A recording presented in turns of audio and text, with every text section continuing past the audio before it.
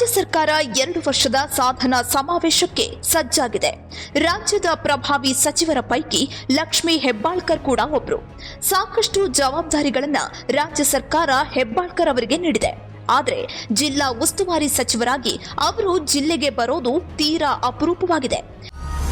Thyroid ಹಾಗೂ migraine ಸಮಸ್ಯೆಗೆ ಸಂಪರ್ಕಿಸಿ ಹೋಮಿಯೋ ಕೇರ್. ಜಿಲ್ಲೆಗೆ ಅತಿಥಿ ರೀತಿಯಲ್ಲಿ ಬಂದು ಹೋಗುವ ಹೆಬ್ಬಾಳ್ಕರ್ ಜನಸಾಮಾನ್ಯರ ಕೈಗೆ ಸಿಕ್ತಿಲ್ಲ ಎಂಬ ಆರೋಪಗಳು ಕೇಳಿಬರ್ತಿವೆ. ಕಳೆದ ಲೋಕಸಭೆ ಚುನಾವಣೆಯ ಸಂದರ್ಭದಲ್ಲಿ ಮತ್ತು ವಿಧಾನ ಪರಿಷತ್ನ ನೈಋತ್ಯ ಪದವೀಧರ ಮತ್ತು ಶಿಕ್ಷಕರ ಕ್ಷೇತ್ರದ ಚುನಾವಣೆ ಸಂದರ್ಭದಲ್ಲಿ ಉಸ್ತುವಾರಿ ಸಚಿವೆ ಈ ಕಡೆ ತಲೆನೇ ಹಾಕಿರಲಿಲ್ಲ. ಒಂದು ಹಂತದಲ್ಲಿ ಸಾಮಾಜಿಕ ಜಾಲತಾಣದಲ್ಲಿ ಉಡುಪಿಯ ಕೈ ಕಾರ್ಯಕರ್ತರು ಗೋ ಬ್ಯಾಕ್ ಅಭಿಯಾನವನ್ನ ಆಗ ನಡೆಸಿದ್ದೂ ಉಂಟು. ಜಿಲ್ಲೆಯಲ್ಲಿ ಪಕ್ಷದ ಚಟುವಟಿಕೆಯಲ್ಲೂ ಸಚಿವೆ ಭಾಗವಹಿಸ್ತಾ ಇಲ್ಲ. ಹೋಗ್ಲಿ, ಸರ್ಕಾರಿ ಕೆಲಸವನ್ನಾದರೂ ಮಾಡಿಕೊಡ್ತಾರಾ ಅಂದ್ರೆ ಅದು ಇಲ್ಲ ಅಂತಾರೆ ಜಿಲ್ಲೆಯ ಜನ. ಒಂದು ರೀತಿಯಲ್ಲಿ ನೋಡಿದ್ರೆ ಉಡುಪಿ ಜಿಲ್ಲೆ ರಾಜಕೀಯವಾಗಿ ಶಾಪಗ್ರಸ್ತ ಜಿಲ್ಲೆ. ಕಾರಣ, ಕಾಂಗ್ರೆಸ್ ಆಡಳಿತ ಇದ್ದಾಗ ಇಲ್ಲಿ ಬಿಜೆಪಿ ಶಾಸಕರು ಆಯ್ಕೆಯಾಗ್ತಾರೆ.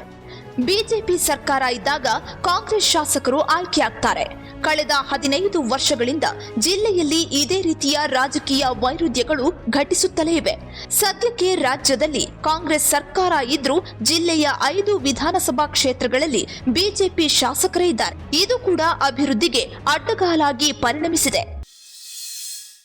ಇದೀಗ ಇತ್ತೀಚೆಗೆ ಈ ಬಂದ ಯಾವ ಒಂದು ವಿಷಯದಲ್ಲಿ ನೀವು ಕೇಳ್ತಾ ಇದ್ದೀರಾ, ಆ ನಿಟ್ಟಿನಲ್ಲಿ ಹೇಳೋದಾದರೆ ನಮ್ಮ ರಾಜ್ಯ ಮಟ್ಟದ ರಾಜಕೀಯ ಭವಿಷ್ಯದಲ್ಲಿ ಉಡುಪಿಯ ಜನತೆ ತುಂಬ ಚಿಂತನೆ. ಯಾಕಂದರೆ ಜನಾಭಿಪ್ರಾಯ ಇಂಥ ಯಾವ ರೀತಿಯಲ್ಲಿ ಉಂಟು ಅಂತ ಹೇಳಿದರೆ, ಪ್ರತಿಯೊಂದು ಜಿಲ್ಲೆಯಲ್ಲಿಯೂ ಜಿಲ್ಲಾಡಳಿತ ಸಂಬಂಧಪಟ್ಟ ಉಸ್ತುವಾರಿ ಸಚಿವರು ಇದನ್ನು ನಂಬಿಕೊಂಡು ಜನ ವಿಶೇಷ ನಿರೀಕ್ಷೆಯಲ್ಲಿರ್ತಾರೆ.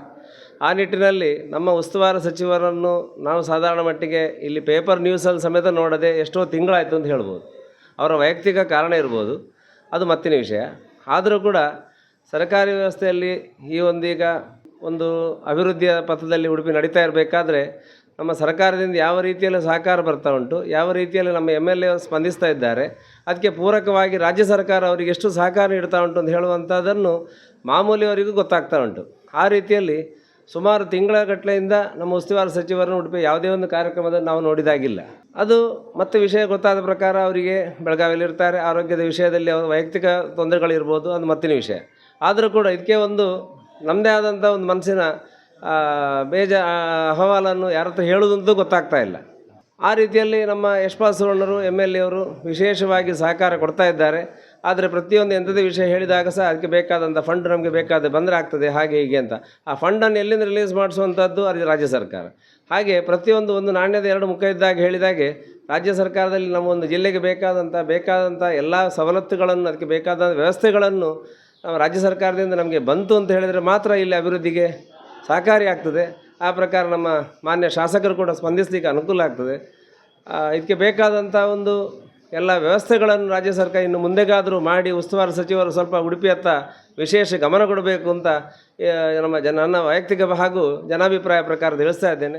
ನೀವು ನಂಬಲಿಕ್ಕಿಲ್ಲ, ಕಳೆದ 6 ತಿಂಗಳ ಅವಧಿಯಲ್ಲಿ ಉಸ್ತುವಾರಿ ಸಚಿವೆ ಜಿಲ್ಲೆಗೆ ಭೇಟಿ ಕೊಟ್ಟದ್ದು ಕೇವಲ 1 ಬಾರಿ ಮಾತ್ರ. ಬಹುಶಃ ಅದು ಅವರ ಅನಾರೋಗ್ಯದ ಕಾರಣವೂ ಇರಬಹುದು. ಅಪಘಾತದ ನಂತರ ಅವರು ದೂರ ಪ್ರಯಾಣಿಸೋದು ಕಷ್ಟವಾಗ್ತಿದೆ ಎಂದು ಕಾಂಗ್ರೆಸ್ ಕಾರ್ಯಕರ್ತರು ಸಮರ್ಥನೆ ಕೊಡ್ತಾರೆ. ಆದರೆ ಅಪಘಾತಕ್ಕೂ ಮುನ್ನ ಅವರು ಉಡುಪಿ ಜಿಲ್ಲೆಗೆ ಬಂದಿದ್ದೇ ಕಡಿಮೆ. ಈ ಹಿನ್ನೆಲೆಯಲ್ಲಿ ಜಿಲ್ಲೆಯ ಶಾಸಕರು ಒಟ್ಟಾಗಿ ಸುದ್ದಿಗೋಷ್ಠಿ ನಡೆಸಿ ಕೆಡಿಪಿ ಸಭೆ ಕರೆಯಲು ಒತ್ತಾಯ ಮಾಡಿದ್ದೂ ಇದೆ. ಈ ಬಗ್ಗೆ ಗಮನ ಸೆಳೆದಾಗ ಉಡುಪಿ ಬ್ಲಾಕ್ ಕಾಂಗ್ರೆಸ್ ಅಧ್ಯಕ್ಷ ರಮೇಶ್ ಕಾಂಚನ್ ಮಾತನಾಡಿ, ನಮ್ಮ ಸರ್ಕಾರ ನುಡಿದಂತೆ ನಡೆದಿದೆ, ಪಂಚ ಗ್ಯಾರಂಟಿಗಳನ್ನು ಕೂಡ ಅನುಷ್ಠಾನ ಮಾಡಿದೆ. ಉಸ್ತುವಾರಿ ಸಚಿವರು ಇಡೀ ರಾಜ್ಯಕ್ಕೆ ಮಂತ್ರಿ. ಅವರು ಬರೋದು ಕಡಿಮೆ ಇರಬಹುದು, ಮುಂದಿನ ದಿನಗಳಲ್ಲಿ ಎಲ್ಲವೂ ಸರಿ ಹೋಗಲಿದೆ ಎಂದು ಹೇಳಿದ್ದಾರೆ. ಇವತ್ತು ಸಾಧನಾ ಸಮಾವೇಶ ನಮ್ಮದು ನಾಳೆ ನಡೀಲಿಕ್ಕೆ ಇದೆ, ಬಳ್ಳಾರಿಯಲ್ಲಿ ನಡೀಲಿಕ್ಕೆ ಇದೆ. ಇವತ್ತು BJPಯವರು ಬೆಳಿಗ್ಗೆ ಎದ್ದರೆ ಹೇಳ್ತಾರೆ ಕಾಂಗ್ರೆಸ್ ಏನೂ ಮಾಡಲಿಲ್ಲ, ಕಾಂಗ್ರೆಸ್ ಸರ್ಕಾರ ದಿವಾಳಿ ಆಗಿದೆ, ಕಾಂಗ್ರೆಸ್ಸನ್ನು ನಂಬಿ ಜನ ಕಷ್ಟದಲ್ಲಿದ್ದಾರೆ, ಸಂಕಷ್ಟದಲ್ಲಿದ್ದಾರೆ ಅಂತೇಳಿ BJP ಹೇಳ್ತದೆ. ಅದಕ್ಕೋಸ್ಕರ BJPಯವರಿಗೆ ಮತ್ತು ರಾಜ್ಯದ ಜನರಿಗೆ ಕಾಂಗ್ರೆಸ್ ಸರ್ಕಾರ ಏನು ಮಾಡಿದೆ ಎಂಬುದರ ಬಗ್ಗೆ ತಿಳಿ ಹೇಳಲಿಕ್ಕೋಸ್ಕರ ಇವತ್ತು ನಾಳೆ ಬಳ್ಳಾರಿಯಲ್ಲಿ ದೊಡ್ಡ ಮಟ್ಟಿನ ಸಾಧನಾ ಸಮಾವೇಶ ಎಂಬುದು ಮಾಡ್ತಾಯಿದ್ದಾರೆ. ಹಾಗಾಗಿ ಇವತ್ತು ಸಿದ್ದರಾಮಯ್ಯ ಮತ್ತು ಡಿ ಕೆ ಶಿವಕುಮಾರ್ ಸರ್ಕಾರ ನುಡಿದಂತೆ ನಡೆದಿದೆ. ಸರ್ಕಾರ ಏನನ್ನು ಮಾಡೋ ಮುಂಚೆ ಏನು ಹೇಳಿದ್ದಾರೆ ಅದೇ ಯಥಾವತ್ತವಾಗಿ ಅದನ್ನು ಜಾರಿ ಮಾಡಿದ್ದಾರೆ. ಇವತ್ತು ಎಲ್ಲ ಇಲಾಖೆಗಳಲ್ಲಿ ಎಲ್ಲ ಯೋಜನೆಗಳನ್ನು ಮಾಡುವಂಥ ಒಂದು ದಿಟ್ಟ ನಿರ್ಧಾರ ಮಾಡಿಕೊಂಡು ಜನರಿಗೆ ಮುಟ್ಟಿಸುವಂಥ ಕೆಲಸ ಮಾಡಿದ್ದಾರೆ. ಉದಾಹರಣೆಗೆ ಪಂಚ ಗ್ಯಾರಂಟಿ ಯೋಜನೆ ಇರ್ಬೋದು, ಎಷ್ಟು ಕಷ್ಟ ಆದರೂ ಕೂಡ ಅದನ್ನು ಜನರಿಗೆ ಮುಟ್ಟಿಸಬೇಕು ಎಂಬ ನಿಟ್ಟಿನಲ್ಲಿ ಅದನ್ನು ನಿರಂತರವಾಗಿ ಅದರ ಬಗ್ಗೆ ಟೀಕೆ ಮಾಡಿದ BJP ಸರ್ಕಾರ ಇವತ್ತು ನಮ್ಮ ಸರ್ಕಾರ ನಿರಂತರವಾಗಿ ಜನರ ಬಳಿಗೆ ಅದನ್ನು ಕೊಡುವಂಥ ಕೆಲಸ ಮಾಡ್ತಾ ಇದೆ. ಅದೇ ರೀತಿ ಈ ಪಂಚ ಗ್ಯಾರಂಟಿ ಯೋಜನೆಯನ್ನು BJP ಅವರು ಬೇರೆ ಕಡೆ ಕಾಪಿ ಮಾಡುವಂಥದ್ದು ನಾವು ನೋಡಿದ್ದೇವೆ. ಹಾಗಾಗಿ ಇದು ಭಾಳಷ್ಟು ಜನಪ್ರಿಯ ಆಗಿದೆ ಅಂತ ಹೇಳಲಿಕ್ಕೆ ಬಯಸ್ತೇನೆ.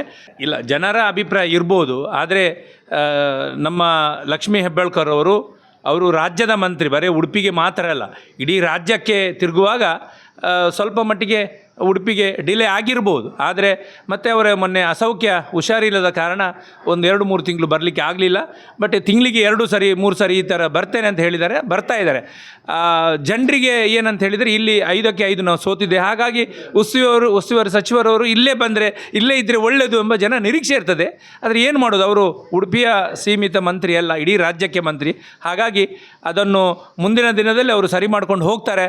ಈಗ ಮೊನ್ನೆ ಬಂದಿದ್ದಾರೆ, ಈಗ 15ನೇ ತಾರೀಕಿಗೆ ವಾಪಸ್ ಬರ್ತಾರೆ. ಹಾಗೆ ತಿಂಗಳಲ್ಲಿ 2 ಬಾರಿ ಆದರೂ ಉಡುಪಿಗೆ ಬರ್ತಾರೆ ಎಂಬುದು ಅವರು ಹೇಳಿದ್ದಾರೆ. ಹಾಗಾಗಿ ನಾವು ಇವತ್ತು ನುಡಿದಂತ ನಡೆದ ಸರ್ಕಾರ ಅಂತ ಹೇಳಿಕೊಳ್ಳಿಕ್ಕೆ ನಮಗೆ ಭಾಳ ಸಂತೋಷ ಆಗ್ತದೆ ಅಂತ ಹೇಳಲಿಕ್ಕೆ ಬಯಸ್ತೇನೆ. ಸಂಪುಟ ದರ್ಜೆಯ ಮಂತ್ರಿಗಳು ಇಡೀ ರಾಜ್ಯದ ಜವಾಬ್ದಾರಿಯನ್ನ ವಹಿಸಿಕೊಳ್ತಾರೆ ನಿಜ. ಉಡುಪಿ ಜಿಲ್ಲಾ ಉಸ್ತುವಾರಿ ಸಚಿವೆ ದೂರದ ಬೆಳಗಾವಿಯವರು. ಸಹಜವಾಗಿ ಅವರು ಕರಾವಳಿ ಜಿಲ್ಲೆಗೆ ಭೇಟಿ ಕೊಡೋದು ತೀರಾ ಕಡಿಮೆಯಾಗಿದೆ. ರಾಜ್ಯದಲ್ಲಿ ತಮ್ಮದೇ ಸರ್ಕಾರ ಇರುವಾಗ ಜಿಲ್ಲೆಯ ಜನರೊಂದಿಗೆ ಒಂದಷ್ಟು ಬೆರೆತಾಗ ಮತದಾರರಿಗೂ ಸಂತೋಷವಾಗುತ್ತೆ. ಆ ನಿಟ್ಟಿನಲ್ಲಿ ಉಸ್ತುವಾರಿ ಸಚಿವರು ತಮಗೆ ವಹಿಸಿರುವ ಜಿಲ್ಲೆಯನ್ನ ಗಣನೆಗೆ ತೆಗೆದುಕೊಳ್ಳಬೇಕಿದೆ. Rahim Ujire, public next, Udupi.